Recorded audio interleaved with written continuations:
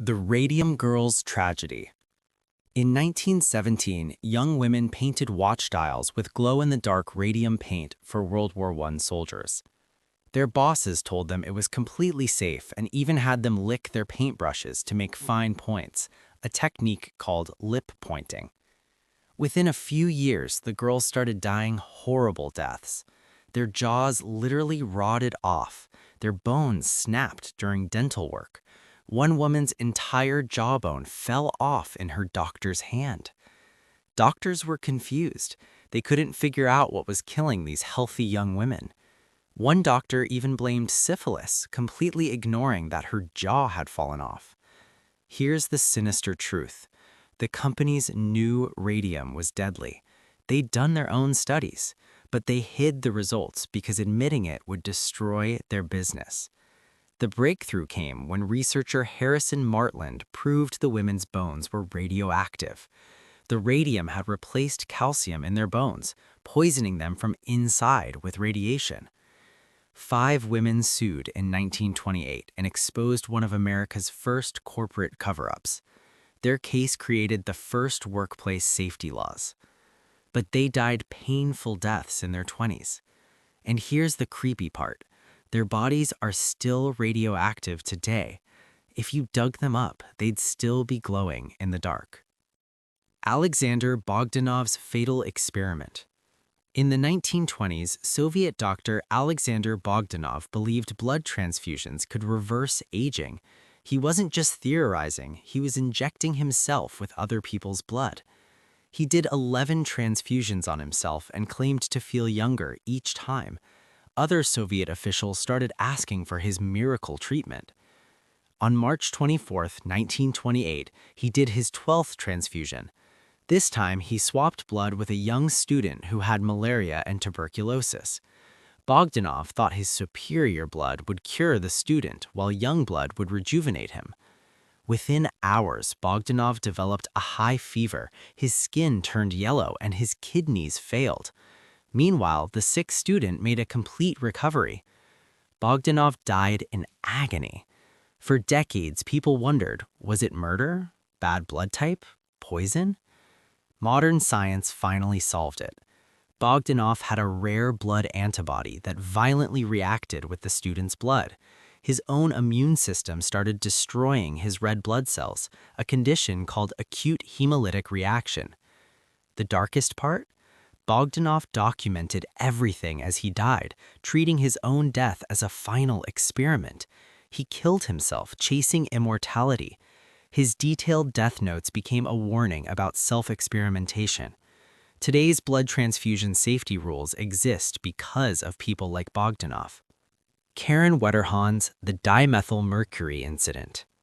August 14, 1996.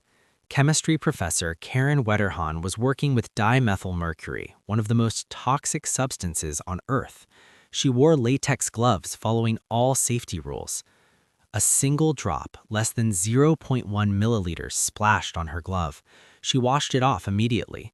Everything seemed fine. 5 months later, she started slurring her words and losing balance. Doctors thought it was a stroke. By February 1997, she couldn't walk or speak. Her vision went blurry. Then a colleague made the connection. The mercury from 5 months ago. Blood tests showed mercury levels 80 times higher than toxic. But how? She wore gloves. Here's the terrifying answer. Dimethylmercury can soak through latex gloves in 15 seconds. That drop penetrated her glove, absorbed into her skin, and crossed into her brain, all before she even knew it. Mercury doesn't poison you right away. It builds up in your brain over months. By the time symptoms showed, her brain was destroyed. The damage was permanent and fatal. She died June 8, 1997, less than a year after exposure. In her final weeks, she was blind, couldn't speak, and didn't recognize her family. Before losing consciousness, she told colleagues, "I hope this doesn't happen to anyone else." Her death changed chemistry safety forever. Latex gloves are no longer considered safe for many chemicals. Labs now use special multi-layer gloves. The calculation is chilling. 6 drops of dimethylmercury killed one of the world's most careful chemists. Some things are just that deadly. Louis Slotin and the Demon Core. May 21, 1946, physicist Louis Slotin was showing 7 colleagues a dangerous experiment. He manually held 2 beryllium hemispheres around a plutonium core, keeping them apart with just a screwdriver. If the hemispheres closed, the plutonium would go supercritical and release deadly radiation. His colleagues called this tickling the dragon's tail. Slotin had done it dozens of times, but this time, his hand slipped, the screwdriver slipped, the hemispheres closed. A blue flash filled the room. Slotin immediately knocked the hemispheres apart with his bare hand, saving everyone else but exposing himself to even more radiation. He calmly said, "That was it." Then he asked everyone to mark their positions for the accident report. He knew he was already dead. Modern analysis solved the mystery of how much radiation he absorbed: 2,100 rads. For context, 500 rads is usually fatal. He got 4 times the lethal dose in under a second. Over 9 days, his body shut down, his skin peeled off, his organs failed. He documented everything until the end. The really disturbing part? This was the same plutonium core that killed another physicist, Harry Daghlian, 9 months earlier. Scientists nicknamed it the Demon Core. Why did Slotin use such a dangerous method? Pride. He was showing off his skill. Even Enrico Fermi had warned him, "You'll be dead within a year if you keep this up." After Slotin's death, hands-on criticality experiments were banned forever. The Demon Core was melted down. His last words, "I'm done for." Thomas Midgley Jr., killed by his own invention. Thomas Midgley Jr. invented leaded gasoline and CFCs, 2 chemicals that nearly destroyed the planet. Some scientists say he did more environmental damage than any single person in history. In his 50s, polio left him severely disabled.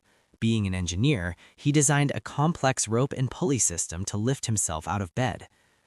November 2, 1944, Midgley was found dead, strangled in his own rope system. His body was tangled in the cords. The official story, accidental death. But the mystery remains. Was it really an accident? Midgley was deeply depressed. The polio had destroyed his independence. He was in constant pain. For a man who spent his life inventing things, being helpless was torture. Plus, by 1944, he knew leaded gasoline was poisonous. He'd seen workers die. He'd gotten lead poisoning himself. Yet he'd spent years lying to the public, saying it was safe. Modern analysis of the accident is strange. The rope design didn't make mechanical sense. An engineer as skilled as Midgley wouldn't build such a dangerous system. Did he deliberately design a death trap disguised as a helpful invention? We'll never know. His family said it was an accident. Police didn't investigate deeply. But the irony is perfect. Thomas Midgley Jr., who invented chemicals that poisoned the planet, was killed by his own creation. Not his chemicals, a rope machine he designed himself. Today, leaded gasoline is banned worldwide. CFCs are banned. The ozone layer is recovering. But Midgley died tangled in ropes of his own design, unable to escape his own trap. Tycho Brahe, the mysterious bladder burst. In 1601, astronomer Tycho Brahe attended a fancy banquet in Prague. During the feast, he desperately needed to pee, but 16th century etiquette said leaving the table before the host was a terrible insult. So Brahe held it for hours. By the time he left, he was in agony. Over the next 11 days, he got worse. He couldn't urinate, developed a fever, and died in excruciating pain on October 24, 1601. For 400 years, people said his bladder burst from holding his pee too long. It became a warning story about rigid social rules. But in 1901, researchers found high levels of mercury in his beard. New theory: he was poisoned. The main suspect, his assistant Johannes Kepler, who wanted Brahe's astronomical data.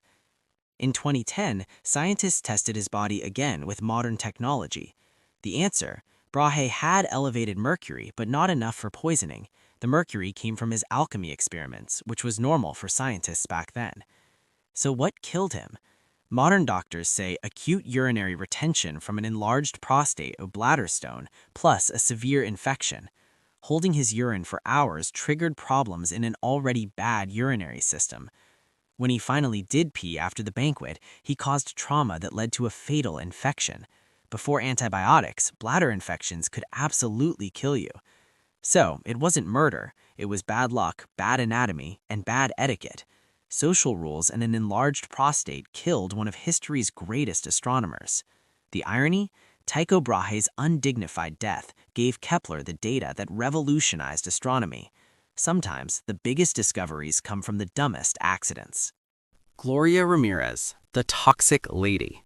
February 19, 1994. Gloria Ramirez was rushed to the ER with late-stage cervical cancer. She was in cardiac arrest. A nurse drew her blood and noticed something weird. It had an oily sheen and smelled like ammonia. She handed the syringe to another nurse. Then the first nurse passed out. Within minutes, 23 hospital staff got sick. Some collapsed, others couldn't breathe. 5 were hospitalized. One respiratory therapist spent 2 weeks in ICU and developed permanent bone damage in her knees. The ER was evacuated. Hazmat teams arrived. Gloria died that night. But the mystery, what turned her body toxic? Standard tests found nothing.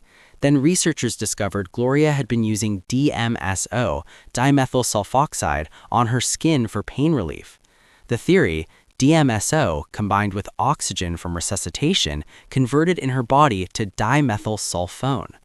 The defibrillation shocks may have transformed it further into dimethyl sulfate, a highly toxic gas. When the nurse drew blood, the pressure drop made it vaporize, creating poisonous fumes. But here's the problem. No one has ever recreated this in a lab. Some scientists say it's theoretically possible, but practically impossible. Alternative theories, mass hysteria or exposure to illegal drug chemicals, but neither explains the respiratory therapist's bone death. That's not psychosomatic. To this day, nobody knows for sure. The coroner said mass hysteria. The medical staff who were there know something real happened. Gloria's body was quickly cremated, destroying evidence. The hospital settled lawsuits quietly. The mystery remains unsolved. Did her body become a chemical weapon? Did alternative medicine create a deadly reaction? Or was it just unlucky chemistry we can't explain?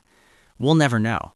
But the ER staff who worked that night never forgot seeing something medicine couldn't explain. Carl Wilhelm Scheele, poisoned by discovery. Carl Wilhelm Scheele was an 18th century Swedish chemist who discovered oxygen, chlorine, manganese, and more elements than almost anyone in history. He had one terrible habit. He tasted everything he discovered. In the 1700s, chemists often tasted compounds to identify them. Scheele would create a new chemical, note its properties, then lick it to describe the taste. He tasted hydrogen cyanide, called it pleasant. He tasted mercury. He tasted arsenic. He tasted everything. May 21st, 1786. Scheele died at age 43. The official cause, mercury poisoning. But the mystery was, how did such a careful chemist die from mercury? Modern analysis of his lab notes revealed the horrible truth. He didn't die from one poison. He died from everything combined. His body was a toxic dump. Mercury, arsenic, lead, cyanide, and countless other poisons accumulated in his organs over decades. Every time he tasted something, a little bit stayed in his body. His death at 43 wasn't one poisoning. It was the result of slowly poisoning himself one taste at a time for years. The real mystery, how did he survive as long as he did? Based on what he documented tasting, he should have died much earlier. His symptoms, fatigue, tremors, memory loss, and stomach problems, matched chronic heavy metal poisoning. He was literally rotting from the inside. The cruel irony? Scheele knew these substances were dangerous in large amounts. He just didn't understand that tiny amounts over years would accumulate and kill him. Carl Wilhelm Scheele is remembered as a brilliant chemist, but he's also a warning. Curiosity kills, especially when you put it in your mouth. Today's chemistry rule exists because of him. Never taste anything. Ever. Marie Curie, death by discovery. Marie Curie discovered radium and polonium, pioneered radioactivity research, and won 2 Nobel Prizes, the only person to win in 2 different sciences. She also carried radioactive materials in her pockets, stored radium in her desk, and handled radioactive substances with bare hands for decades. July 4, 1934. Marie Curie died of aplastic anemia, a condition where bone marrow stops making blood cells. For years, the mystery was how much radiation killed her. When did the fatal damage happen? Her laboratory notebooks, still too radioactive to touch without protection, revealed the truth. The pages themselves are contaminated with dangerous radiation nearly a century later. Curie died from chronic exposure. Decades of low-level radiation slowly destroyed her bone marrow's ability to make blood cells. Every time she handled radium, tiny particles damaged her DNA. Her body could repair some damage, but not all. Over decades, it became catastrophic. By the time she got symptoms, fatigue, bleeding, infections, her bone marrow was destroyed beyond repair. The tragic irony, Curie knew radiation was dangerous. She'd seen burns and injuries, but she didn't understand chronic low-level exposure. She thought the immediate dangers were the main risk. She was wrong. The real danger was silent, accumulated damage that took decades to kill her. Marie Curie is buried in a lead-lined coffin because her remains are still radioactive and will be for another 1,500 years. Her notebooks are in lead boxes and need protective gear to handle. Her furniture, cookware, personal items, all radioactive. Her house is too contaminated to live in. Marie Curie didn't just die from her discoveries. She became one of them. Her body, transformed by radiation, is now itself a radioactive source that will glow for millennia. She once said, "Nothing in life is to be feared. It is only to be understood." She understood radioactivity better than anyone. She just didn't understand quickly enough that it was already killing her, one invisible particle at a time. And that's all for now. 9 brilliant scientists, 9 mysterious deaths, all finally explained. The pattern is clear. The cutting edge of science is dangerous. These scientists didn't die for nothing. Their deaths created workplace safety laws, radiation protocols, and chemical handling rules. But here's the disturbing question. What are we doing right now that will kill scientists 50 years from now? Microplastics in our blood, PFAS in our water, nanoparticles we're breathing? We won't know until it's too late. Someone always has to die first before we learn the danger. Sleep well with that thought.